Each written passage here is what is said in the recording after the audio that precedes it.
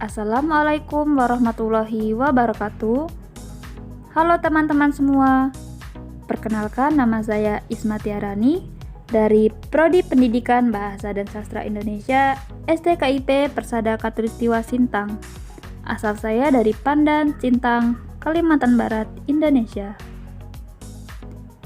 Di mata kuliah Sejarah Sastra, kita akan membahas tentang sejarah sastra dan tugas dari sejarah sastra. Karena sebelumnya kita sudah mempelajari tentang teori sastra dan kritik sastra. Nah, jadi apa sih sejarah sastra itu? Menurut Pradopo dan Welek, sejarah sastra adalah studi sastra yang membicarakan perkembangan sastra sejak lahirnya sampai perkembangannya yang terakhir.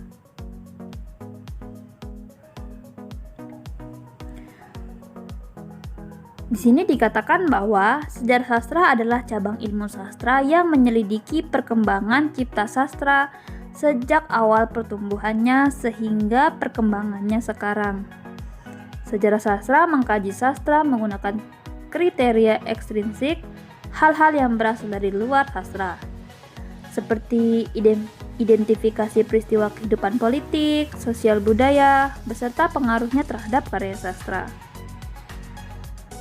Sejarah sastra juga bisa dikatakan sebagai salah satu bagian dari kajian ilmu sastra. Kata sejarah ini berasal dari bahasa Arab yaitu sajarun yang berarti pohon. Pohon ini menggambarkan adanya akar, cabang, dan ranting yang memperlihatkan adanya proses susunan peristiwa secara kronologis. Nah, jadi sejarah itu mempunyai arti yang sama, yaitu rekaman perjalanan kehidupan manusia dari masa lampau sampai ke masa berikutnya. Karya sastra juga adalah salah satu bagian dari aset budaya suatu bangsa. Bangsa yang berbudaya adalah bangsa yang tidak hanya memiliki hasil karya sastra bangsanya, tetapi juga menghargai dan memberikan apresiasinya terhadap karya sastra sebagai hasil karya bangsanya itu. Sejarah sastra Indonesia adalah bagian dari kajian ilmu sastra yang mempelajari kesusastraan Indonesia mulai munculnya kesusastraan Indonesia sampai masa-masa selanjutnya. Nah, dengan segala persoalannya yang melingkupinya. Sebagai contoh, pada akhir abad ke-20 terbitlah novel Saman karya Ayu Utami yang menghebohkan dunia sastra Indonesia. Kemudian di tahun 70-an terbit novel-novel trilogi Iwan Simanjuntak, yaitu Merahnya Merah pada tahun 1968. Kemudian novel Ziarah tahun 1969 dan novel Kering tahun 1970 yang dianggap sebagai novel absurd. Syarat filsafah yang sulit dipahami karena berbeda dengan pola-pola cerita pada novel-novel tahun-tahun sebelumnya. Nah, jauh sebelumnya, pada tahun 40-an terbit juga novel Belenggu yang dianggap mengusik keindahan sastra dengan menelanjangi kehidupan kaum elit yang diwakili oleh keluarga Dr. Sukartono. Nah, pada tahun 2020-an lahirlah novel Siti Nurbaya yang sangat laris pada masa itu sehingga melampaui kelarisan novel-novel yang lahir sebelumnya seperti Azab. Jadi sejarah sastra ini mempelajari tentang perkembangan novel dari tahun ke tahun dan apa saja sih yang terkenal pada tahun itu, novel apa saja, karya sastra apa saja, dan bagaimana novel itu bisa punah dan bergeser ke novel tahun berikutnya sampai dengan sekarang perkembangan karya sastra modern.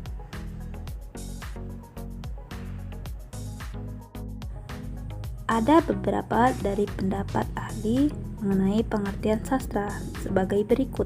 Yang pertama, oleh Damono. Ia berpendapat bahwa kehidupan sastra menampilkan gambaran dan kehidupan itu sendiri adalah realitas sosial. Kehidupan mencakup hubungan antar masyarakat dan individu, interpersonal, dan antar peristiwa terjadi dalam batin seseorang. Kemudian yang kedua oleh Panuti Sujiman. Ia berpendapat bahwa sebuah karya sastra lisan yang memiliki berbagai karakteristik atau tulisan keunggulan seperti keorisinalan, kesenian, keindahan dalam isi, dan ungkapannya. Dan yang terakhir, oleh Ahmad Badrun.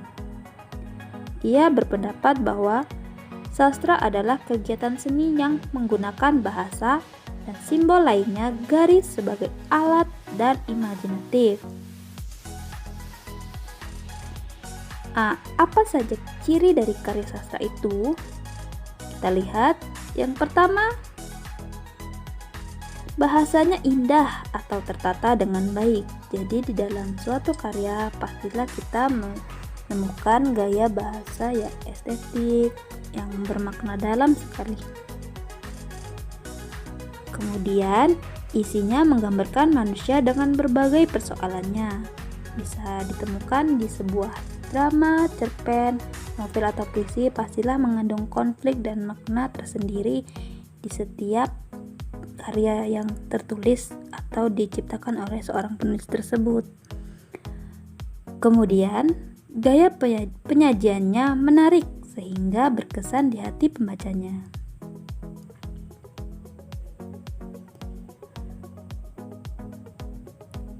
Dikemukakan oleh Fanani bahwa berdasarkan aspek kajiannya, sejarah sastra dibedakan menjadi: pertama, sejarah genre. Sejarah genre ini sejarah yang mengkaji perkembangan karya-karya sastra seperti puisi dan prosa dan sebagainya. Kemudian, sejarah sastra secara kronologis. Sejarah sastra ini mengkaji karya-karya sastra berdasarkan periodisasi atau babakan waktu tertentu. Kemudian yang terakhir, sejarah sastra komparatif. Sejarah sastra ini mengkaji dan membandingkan beberapa karya sastra pada masa lalu, pertengahan, dan masa kini. Bandingan tersebut bisa meliputi karya-karya sastra antar negara, misalnya sastra Indonesia, sastra Melayu, atau bahkan sastra Inggris.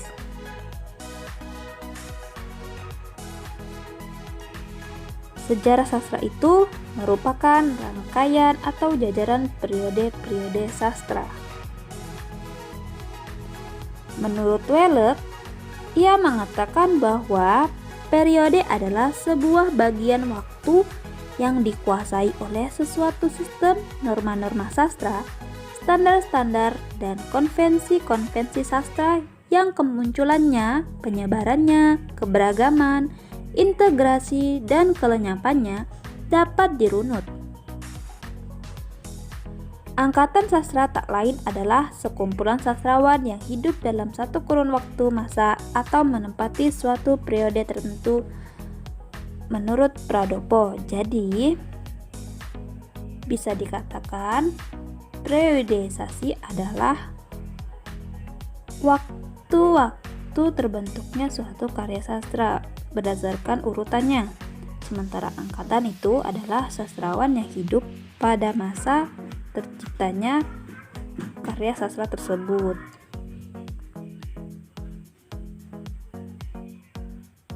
Kemudian, tugas sejarah sastra.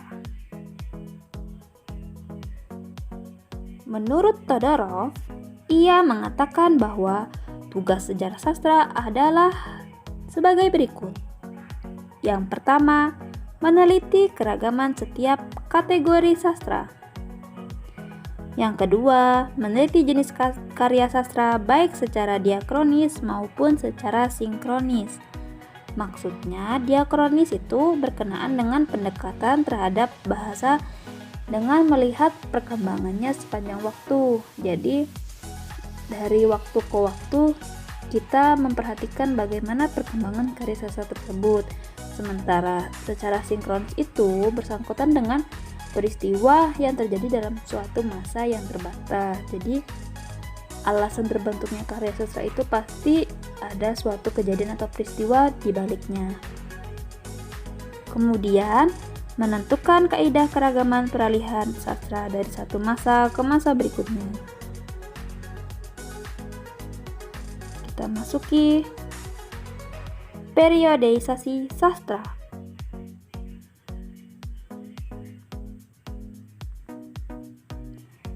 Dalam ikhtisar ini akan diikuti pembabakan waktu sejarah sastra Indonesia sebagai berikut.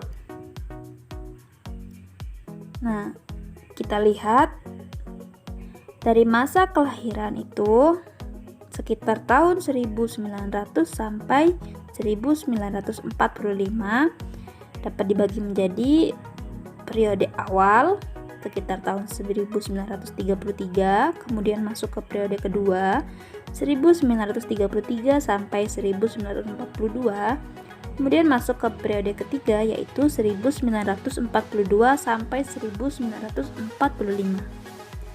Setelah itu kita masuk ke masa perkembangan yaitu sekitar tahun 1945 sampai dengan sekarang ini, yang meliputi tahap 1 periode tahun 1945 sampai 1953. Kemudian masuk ke tahap kedua periode 1953 sampai 1961, dan yang terakhir ini periode 1961 sampai dengan sekarang ini.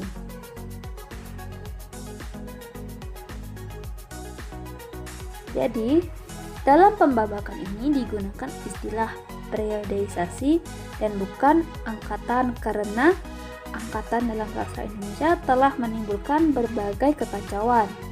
Perbedaan antara periode yang satu dengan periode yang lain berdasarkan norma umum dalam sastra sebagai pengaruh situasi masing-masing zaman. Sedangkan perbedaan antara angkatan yang satu dengan yang lain sering ditekankan pada adanya perbedaan konsepsi masing-masing angkatan. Jadi beda ya antara periodeisasi dan angkatan.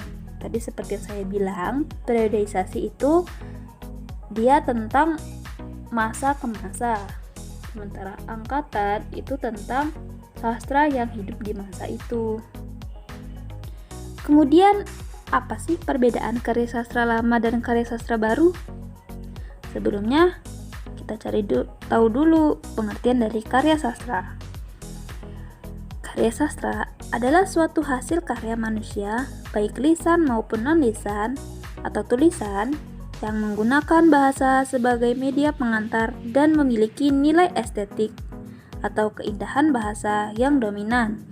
Contohnya yaitu ada puisi, cerpen, novel, dan drama. Nah, kita akan membahas tentang ciri-ciri karya sastra lama.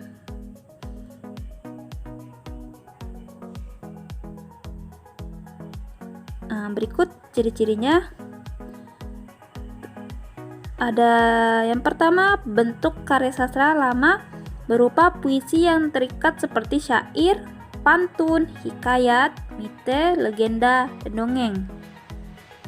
Kemudian, dari bahasanya pada karya sastra lama menggunakan bahasa Melayu, bahasa Arab, dan bahasa daerah.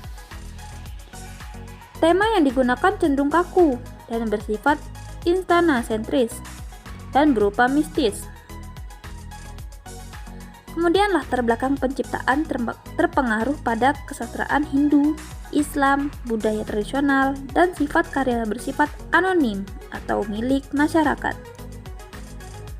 Kemudian perkembangannya secara statis dan disampaikan lisan secara turun-temurun. Sementara ciri karya sastra baru atau modern, berikut perbedaannya. Yang pertama, bentuk karya sastra baru berupa puisi bebas dan kontemporer, seperti cerpen, novel, drama Indonesia. Kemudian bahasa yang digunakan menggunakan bahasa keseharian dan sering dimasuki bahasa asing kreatif. Seperti yang kita kenal sekarang ini istilahnya dengan bahasa gaul ya. Kemudian tema yang diangkat seputar kemanusiaan, kemasyarakatan, kehidupan modern, pergaulan remaja, dan lain-lain. Latar belakang penciptaan terpengaruh kesusastraan Barat, budaya industri modern, hak cipta pengarang individu. Kemudian terakhir perkembangannya bersifat dinamis melalui media cetak dan audiovisual.